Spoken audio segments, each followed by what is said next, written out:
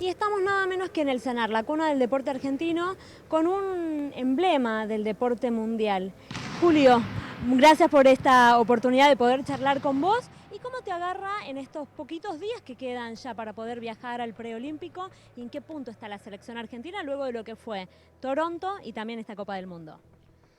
Bueno, digamos que la dificultad mayor es recuperar. Tuvimos unos días de vacaciones porque estuvimos mucho para afuera este año, entre los partidos con Bulgaria y después la final de la primera etapa de la World League y los Panamericanos estuvimos más de un mes afuera. Y después otra vez Italia, estuvimos una semana antes de la Copa del Mundo en Japón, ya en Osaka, y después la Copa del Mundo fueron 11 partidos, más de un mes y medio. Entonces le he dado 4 días, estamos volviendo a entrenar, ayer empezamos y tenemos que llegar muy bien al 9, sobre todo al 11 de octubre, que va a ser el partido con Venezuela, porque de esos partidos y sobre todo el de Venezuela depende de la clasificación para los Juegos Olímpicos, que para nosotros es fundamental, que es el objetivo principal. Eso es lo que vienen diciendo a lo largo de todo el año, incluso luego de la medalla dorada en Toronto. Pero deportivamente y con los resultados, ¿crees que están mejor de lo que imaginaban cuando empezaron este año? No, no mejor, porque hay que tener en cuenta, digamos, haber llegado a las finales del grupo nuestro de World League, que no eran las finalísimas, que había que ganar esa final a 4 para llegar a la finalísima, era un objetivo posible. Y bueno, lo logramos. La medalla de oro en los Panamericanos hay que tener en cuenta que el partido con Brasil fue contra el Brasil B, esto no hay que olvidarlo porque si no exageramos en los progresos que hemos hecho, pero bueno, le ganamos a Canadá A, le ganamos a Cuba A, y llegamos a una final que fue muy difícil y que logramos ganarla. En la Copa del Mundo en Japón hemos consolidado en nuestra posición con los equipos que le habíamos ya ganado en el Mundial o que solemos ganarles y le volvimos a ganar. Y le ganamos a Irán con el que habíamos perdido en el Mundial 3-0. Volvimos a perder contra los equipos mejores, pero creo que la diferencia la cortamos, aunque perdimos con Estados Unidos 3-0, que en el Mundial habíamos ganado 3-2, pero hemos jugado de igual a igual. Tenemos todavía que hacer muchos progresos para ganarle a esos equipos. Todavía son superiores a nosotros, pero de acá a la Olimpiada queremos acortar esa distancia para ver si podemos hacer algún batacazo con alguno de ellos en los Juegos Olímpicos. Romano y Luciana están en el estudio y también están ávidos por preguntarte. Así que chicos, los escucha Julio Velasco. Un placer para nosotros poder charlar con usted. Es realmente un representante muy importante Igualmente. de la historia del deporte y no solamente en el vóley, que eso ya vamos a estar ampliando un poquito más para aquellos que no conocen tanto su trayectoria, porque usted se fue hace algunos años. Los jóvenes han desconocido mucho de lo que tiene que ver con su trayectoria y ahora en el regreso, en este momento tan pero tan importante. Recién mencionaba del Brasil B o del Brasil A. La realidad es que el partido frente a Brasil en lo que fue la disputa en los Juegos de Toronto generó, por lo menos para los que estábamos mirando, un partido muy pero muy electrizante, en un cuarto set que se ha vivido con una intensidad muy grande. Quiero saber qué recuerdo tiene de lo que se ha vivido hace muy poquito tiempo y qué encontró en estos jugadores para poder revertir esa situación, sobre todo en esos puntos. Sí, el partido con Brasil me acuerdo que se había puesto muy mal porque Brasil estaba jugando mejor que nosotros no le encontrábamos la vuelta. Yo creo que ellos creían que ya estaba ganado, estaban jugando con un poco de suficiencia en el cuarto set. Y bueno, ahí probé 2 cambios que a veces, bueno, los entrenadores hacemos cambios cuando salen bien, todos creen que somos genios, cuando salen mal. No, porque uno no está seguro que funcionen, pero lo que sí un entrenador tiene que hacer es no darse por vencido. Y tiene 14 jugadores, jugadores que entrenan siempre, y probé con Gauna, con Sorneta y con Ramos, que fueron 3 jugadores fundamentales en el cambio de ese partido. Nos entraron 2 pelotas difíciles, los pusimos en dificultad con el saque, ellos se pusieron nerviosos y ahí cuando le ganamos el cuarto set, creo que Brasil ya estaba muy mal anímicamente y el tiebreak anduvo fácil para nosotros. Fue una victoria que creo que entusiasmó a la gente porque yo creo que el deporte es fundamentalmente emoción más que técnica. Por supuesto que se necesita la técnica. Y la gente se emocionó de ver un equipo argentino que no aflojó en un momento muy difícil, que siguió peleando, que a pesar de que el rival estaba jugando mejor, siguió jugando al máximo y que revirtió un partido que estaba prácticamente perdido. Y creo que por eso fue que esa final entró tanto en el corazón de la gente y creo que hay que estar orgulloso de estos chicos porque realmente lograron una victoria que va más allá de lo técnico, que tiene que ver con los valores deportivos, de no aflojar nunca, aun cuando el rival esté jugando mejor. Julio, un saludo y mis respetos. Muchas cosas para conversar con usted. Yo quiero hacer foco en cosas que le he escuchado decir desde que volvió a la Argentina y que ahora me parece que es el momento como para profundizarlas. Recuerdo que en una de las primeras entrevistas que dio, usted me va a ayudar a prolijar la frase porque lo mío no va a ser textual, dijo algo así como, una de las cosas con las que me encontré en mi retorno a la Argentina es que si yo pido un parqué perfecto para poder entrenar en la alta competencia, algunos me miran con cara de ¿y este de dónde vino o quién se cree que es? Cuando la realidad es que lo que yo estoy buscando es la excelencia y algunos parecieran no entenderlo. ¿Me ayuda más o menos a construir esa idea que dijo en su momento? Sí, sí, yo en realidad nunca he pedido nada perfecto. Yo, digamos, trato de pedir cosas teniendo en cuenta la realidad de nuestro país y que a veces las cosas no pueden ser perfectas y tampoco en otros países son perfectas, porque Estados Unidos entrenan en una cancha que no tiene aire acondicionado y entrenan en verano en California, así que no es que todos los demás tienen cosas perfectas. Cosas posibles, digamos, pero hay veces que el pedido de cambio y el pedido de calidad, sobre todo, de calidad en Argentina, he visto como, bueno, tenés que entender, pero yo entiendo muchas realidades, pero hay veces que hay gente que me dice, usando sinónimos, este es un país de porquería, no podés pedir ciertas cosas. Y yo no creo que sea un país de porquería, yo creo que es un gran país donde hay gente que hace las cosas bien y gente que hace las cosas mal, y tenemos que tratar de apoyarnos en los que hacen las cosas bien. Después errores hay en todos lados, pero cosas perfectas no van a ser nunca, pero yo creo que la Argentina puede trabajar en alta calidad en la medida que la alta calidad sea un objetivo. Ahora, si nos damos por vencidos y decimos, no, en Argentina no se puede, ¿cómo no se puede? En Argentina se pueden fabricar heladeras que funcionen, se pueden hacer autos que funcionen, se puede tener una universidad que funcione, se puede tener condiciones de trabajo para el deporte que funcionen. Y creo que las mejoras que ha habido con el apoyo del ENAR, Secretaría de Deporte, de la Federación, para por lo menos la selección de vóley, que lo que conozco, son muy buenas. Nosotros trabajamos en buenas condiciones. Pero claro que tratamos siempre de mejorar, como el equipo trata de mejorar en su juego, tratamos de mejorar en las condiciones sin poder, por eso pedir cosas, digamos, demasiado caras, que no se puede, ni demasiadas estrafalarias o detalles, no, cosas fundamentales. Y creo que eso se puede en Argentina. El esfuerzo, el trabajo, no tienen que ver con el gasto, tienen que ver con la voluntad de mejorar. Y otra de las frases que me pareció muy interesante, que me llamó la atención, fue cuando dijo, tenemos que salir de la falsa creencia que somos más talentosos que los europeos. Hay que trabajar mucho al respecto.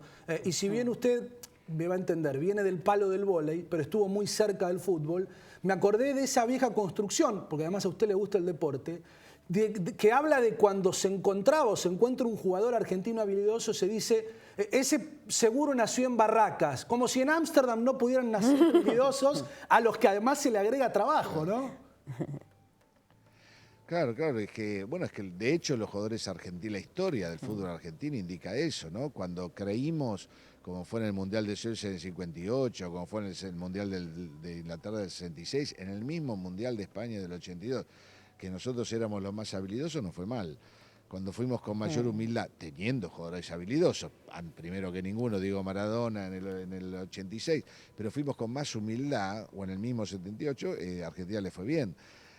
Nosotros tenemos jugadores habilidosos, pero los demás también los tienen. Nosotros tenemos a Mercedes Sosa, pero los demás también tienen buenos cantantes. Lo que hay que entender es que cada país tiene sus puntas, digamos, de diamante, y que la competencia es siempre muy difícil. Nosotros nos va mal cuando nos agrandamos, cuando vamos con más humildad y cuando sabemos que es dura y sabemos que hay que pelearla, muchos de los valores que tienen los deportistas argentinos surgen como un valor agregado. Cuando creemos que es suficiente eso y que no es necesario trabajar duro y que la humildad es de los débiles y no de los fuertes, y cuando no creemos en que los sistemas también son importantes y no solo la capacidad individual, ahí es cuando nos va mal. No es o sistema o capacidad individual, es capacidad individual en un sistema que funcione.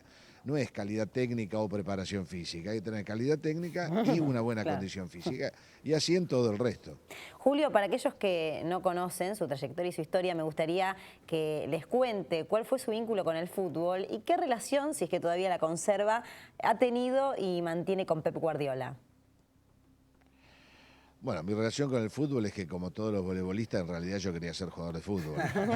Quería ser el 10 de Estudiante, pues yo soy hincha de Estudiante de La Plata y bueno, no me dio para ser jugador de fútbol. Entonces después a los 15 años jugué nada más que al fútbol y después a los 15 años empecé a jugar al vóley y me enamoré de este deporte.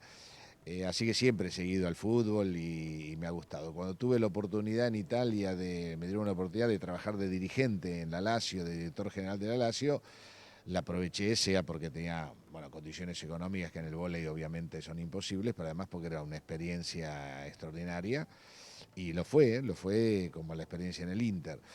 La experiencia con Guardiola fue diferente, fue que él cuando era todavía jugador quiso hablar conmigo porque me había visto en una entrevista en la televisión italiana y le había interesado, así yo con otros entrenadores también, lo cual ya indica la capacidad de este extraordinario personaje, porque son muy pocos los jugadores que todavía en actividad ya se preocupan por su futuro de entrenadores y empiezan a entrevistar entrenadores de distintos deportes, porque él también lo hizo con Bielsa, con Menotti, con otros entrenadores europeos, no solamente argentinos. Y bueno, fue muy interesante. Después lo volví a ver cuando yo estaba entrando a España, nos volvimos a encontrar en Sant Cugat, que es en Cataluña, su patria, digamos, donde está el centro de entrenamiento de la selección de vóley. Fuimos a comer, fue en la época que él estaba cambiando a Eto'o, entonces hablamos de eso, de cambiar después que se ha ganado, si a mí me había pasado, si a mí no me había pasado. Y bueno, y esa segunda vez fui yo que le hice muchas más preguntas, obviamente, de las que él me hizo a mí. Es una persona, creo, muy inteligente y con una gran cultura deportiva, y yo aprendí mucho de él también. Julio, a propósito de Pep, él siempre ha marcado, usted ya dio indirectamente algunos postulados de lo que representa, pero él siempre ha marcado que usted le habló de la teoría del botón. ¿Nos ayuda, nos cuenta un poco mejor de qué se trata? Sí, no, en realidad yo no me acordaba de lo que había hablado con él, porque hablamos mucho, pero él se acuerda mucho de que yo le dije que no todos los jugadores son iguales, que cada persona es un universo y que hay que tratarla de acuerdo a las características que tiene. Hay jugadores que uno les habla de entrenamiento y les va bien, y otros que hay que llevarlo a tomar un café si no escuchan, y otros que hay que hablarles de otra manera. Entonces lo que yo le dije es que como que cada uno tiene una tecla que hay que encontrarla, que si uno aprieta esa tecla logra entrar dentro del jugador, logra que el jugador lo siga a uno, que se motive, que aprenda. Y eso es lo más difícil, porque son todas teclas diferentes. Hay veces que uno no logra el éxito porque va con los criterios que uno tendría o que uno tuvo cuando era jugador. A mí me motivaban ciertas cosas, o me motivan hoy ciertas cosas, que de repente a un jugador muy importante en mi equipo no lo motivan esas cosas, lo motivan otras. Y tengo que encontrar esa tecla, qué es lo que lo motiva, qué es lo que lo mueve a aprender, a cambiar, a mejorar, que no necesariamente son las mías. Muchas de las incomprensiones que hay, no solamente entre entrenador y jugador, sino en general entre adultos y jóvenes, entre profesores y alumnos, entre padres e hijos, entre entrenadores y jugadores, es que uno va con las propias motivaciones, con la propia tecla.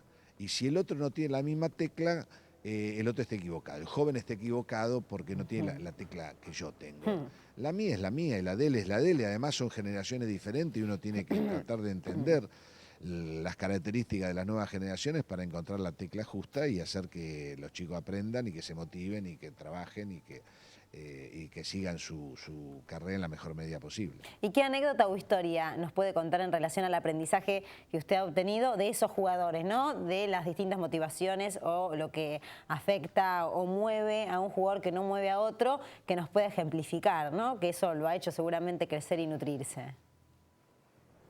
Y por ejemplo, una cosa que yo siempre recomiendo a los entrenadores jóvenes es que cuando un jugador uno ve que no escucha o que no logra, por ahí escucha pero no logra hacer lo que nosotros le pedimos, es no hablar en el lugar de trabajo, no hablar en la cancha, no hablar en el vestuario, no hablar en el gimnasio. Llevarlo a tomar un café, llevarlo a comer una pizza, sentarlo, empezar a hablar de otra cosa y después decirle, mira, quería hablar de esto con vos. Porque el ambiente, que es diferente en una mesa, es más íntimo, está vinculado a la charla con los amigos, entonces el jugador se abre más y va a decir lo que piensa mejor y va a escuchar mejor. Pero hay veces también que se necesita enojarse, también eso. Claro. Y hay veces que en entrenamiento, por ahí me acuerdo una vez con un jugador italiano que estábamos entrenando defensa y le digo, no, vos no defiendas. ¿Cómo? ¿Por qué? Yo no, porque a vos no te gusta defender. Y entonces se puso como loco a defender, justamente porque yo le usé un truco psicológico, digamos, ¿no? Como decir, en lugar de pelearme con él, le dije, no, a vos no te gusta, vos pensás en atacar, a vos no te gusta defender. ¿Y cómo? Entonces, ¿cómo? Yo soy el único que entrena defensa. A veces reaccionan así los jóvenes, ¿no? Donde uno pasa con los hijos, uno le dice, llévate el pullover que va a hacer frío, y la ve que no se lo llevan. Si uno le dice, mirá qué calor que hace, y llevan el pullover, ¿no? Porque para llevarla contra el padre, que... Bueno, a veces con los jugadores jóvenes pasa lo mismo. Por eso es tan lindo trabajar con jóvenes, porque hay que encontrarle la vuelta. Hay veces que el reto y el enojo sirve, y hay veces que sirve la comprensión, y hay veces que sirve charlar, y hay veces que sirve mandarlo al banco y que no juegue. ¿Y cuándo es una y cuándo es la otra? Bueno, eso es lo difícil. Ahí hay que tener olfato uno para ver qué es lo que... Y a veces sale bien y a veces sale mal. Y cuando ve que no funciona hay que cambiar, porque el objetivo nuestro no es enojarnos o no enojarnos, sino que ellos mejoren. Lo que pasa es que hay veces que, bueno, ellos no les gusta lo que nosotros hacemos también, como no les gusta cuando el profesor le manda a estudiar o el padre que le dice volvé a la 1 de la mañana y no a las 5. Y esas son relaciones entre adultos y jóvenes que son difíciles, pero creo que los adultos no tenemos que abandonar nuestro rol de educadores. Y educar a veces es comprender y a veces es enfrentarse. Y ese equilibrio entre estas dos cosas es lo lindo, pero también lo difícil de nuestro trabajo. Julio, la seguiríamos muchísimo. A mí me queda una pregunta por hacerle y no queremos además abusar de su tiempo. Una entre tantas, digo, ¿no? que se me ocurre elegir.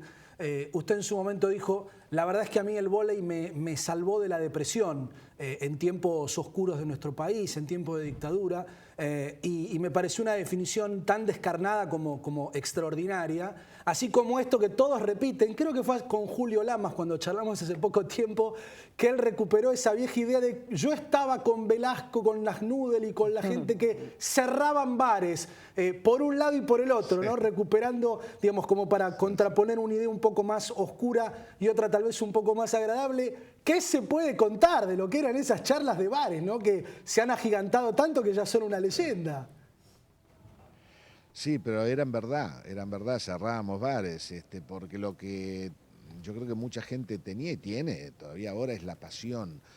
Cuando yo oigo hablar de profesionalidad, es un aspecto, no es suficiente ser un buen profesional. En este trabajo hay que tener pasión, como en tantos otros. Creo que en el de ustedes también, los grandes periodistas son los que tienen pasión, no es que trabajan solamente por el sueldo, o lo hacen bien porque son buenos profesionales, la pasión.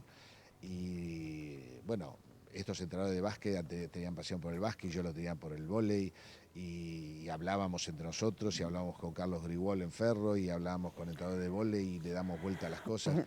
Yo cuando veo entrenadores jóvenes que terminan de entrenar y enseguida se van porque siempre tienen algo más importante que hacer, pienso... porque ¿qué le falta? ¿No? No puede ser que está bien, a veces está la familia, no es que uno tampoco te dice un loco furioso que no hace otra cosa, pero lo fundamental es la pasión que uno tiene. Yo siempre pongo el ejemplo de los músicos ganan 2,50 pesos, pero están ahí probando horas y tocan en donde sea con tal de tocar al público, porque ¿quién puede pretender vivir de la música? Vive uno de 1.000.000 de la música, los demás tienen otro trabajo. Bueno, nosotros vivimos del deporte, ya es un lujo eso, pero tenemos que tener esa pasión de hacer, de mejorar, de aprender, de intercambiar ideas. No podemos pensar que nosotros tenemos la verdad, la tenemos que intercambiar ideas con todos, con gente de otro deporte también. Y en esa época, eso fue una época de oro desde ese punto de vista. Yo tuve el privilegio de trabajar en Ferro cuando Ferro era un lugar donde la gente se encontraba, venían entrenadores de otros clubes a cenar a la confitería del club y a hablar de vóley y hablar de deporte. Y yo tengo ese recuerdo extraordinario, sobre todo de un León Nasnudel que en esa época se debatía por crear la Liga Nacional de Básquet, que todavía no existía, y hablaba todo el tiempo de eso. Un día vino a buscarme a Hugo Conte al gimnasio del tercer piso, porque lo quería llevar a jugar al básquet, porque Hugo Conte jugó al básquet de chico. Yo digo, León, está en la selección nacional de vóley. Él era tan... Bueno. Estaba tenía tanta pasión que me quería convencer que se lo di 2 veces por semana para jugar al básquet. O sea, esa cosa que bueno, que tienen los grandes, ¿no? Que es la misma que yo sentí cuando lo conocí a Pep Guardiola, o que tienen tantos entrenadores de fútbol, que hablan de fútbol de la mañana hasta la noche. Yo creo que ese es un factor imprescindible para hacer este trabajo. Por supuesto que hay que estudiar, hay que ser buen profesional, hay que hacer otras cosas, pero la base es la pasión. Y esa pasión nos hacía cerrar bares, porque nos echaban y nos decían, hay un bar que cierra más tarde, y seguíamos hablando, y al día siguiente y dormíamos 3 horas, y bueno, no lo hacíamos 2 días seguidos porque no nos daba el cuero, pero un día por medio lo hacíamos. Julio, un café de soñadores que han dejado su marca en la historia del deporte argentino y seguramente una marca mucho más potente en cada persona que ha tenido la posibilidad de compartir esas charlas o de ser dirigidos por usted. Un placer inmenso para nosotros haber podido compartir este ratito. Le agradecemos por estas palabras, por estas declaraciones y por mucho tiempo más en la selección argentina. Bienvenido, porque no tuvimos la posibilidad de decírselo nuevamente a su país. Cierres de allá, Laura Couto. Gracias. Julio, usted cuando ganó la medalla dorada, ¿no?, con este Brasil B que siempre se encarga de aclarar, dijo que empezaba a pagar la deuda que tenía con Argentina. ¿Por qué siente que le debe algo al país y qué es lo que cree que le debe? Sí, bueno, yo no lo dije, en realidad me lo dijo un periodista y yo dije, bueno, sí, en parte estoy empezando. Yo creo que le debo al país que yo me formé en este país yendo a la escuela primaria, a la escuela secundaria y a la universidad y después al Instituto de Educación Física sin pagar nada. Educación pública que se paga con el impuesto de todos los ciudadanos.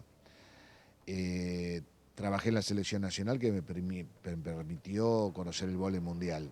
Y cuando empecé a ser un entrenador exitoso con experiencia internacional me fui del país por 33 años. Entonces está bien, yo tengo el derecho de hacerlo, la libertad individual es inalienable y lo tiene derecho un médico, un ingeniero o el que sea. Pero creo que no hay que olvidarse de que el país nos dio muchas cosas. No es que los demás, en cambio, se quedaron acá y siguieron pagando los impuestos, digamos. Yo los pagué en Italia, los impuestos, en estos 33 años. Entonces creo que en ese sentido le debo algo. A mí el país me formó y una vez que estaba formado me fui. No tiene nada de malo, pero tenía las ganas de devolverle al país algo de lo que me había dado. Y hoy que ser un técnico de mucha experiencia, porque soy el técnico de más edad, ahí en el panorama internacional, esa experiencia me gusta mucho dársela a los técnicos jóvenes de Argentina, al deporte argentino, y trato de hacer todo lo que puedo para devolverle eso, como a mí me dieron muchos otros entrenadores en su momento. De vóley, maestros que fueron desde mi primer entrenador Jorge Taboada, al pelado enseñar que lo tuve en instituto y que era un entrenador de éxito, a Carlos Picarelli que era un entrenador, el mejor entrenador de mujeres, que me dieron muchísimo y que en esas charlas de café yo aprendía tanto. Bueno, que hoy otros chicos puedan aprender de mí me hace muy contento, porque es mi país y le puedo devolver algo de lo que el país me dio. Muchísimas gracias, nosotros también estamos muy felices con su presencia. Bueno, gracias, muchas gracias. Chicos, ahí lo tuvimos al gran Julio Velasco en Deporte B Noticias. Excelente tu trabajo, Laura. Para nosotros realmente un placer entrevistarlo y un placer que haya elegido este momento, y por algo lo habrá elegido, de regresar al país y estar haciendo además un trabajo muy pero muy importante con la selección argentina de vóley masculino. Gracias, Laurita. Una clase magistral de Velasco. Y podríamos haber hablado más de vóley, ¿no?, de cuestiones técnicas, pero es un personaje con una capacidad de reflexión y con una lucidez en cada una de sus palabras, en la forma de organizar el discurso, que resulta verdaderamente un placer. No solamente han regresado los científicos, también los grandes deportistas, o en este caso entrenadores, que decidieron volver al país, y esto corre, por supuesto, por mi opinión. Tenemos que hacer la pausa y ya seguimos, tenemos mucho más Deporte B Noticias.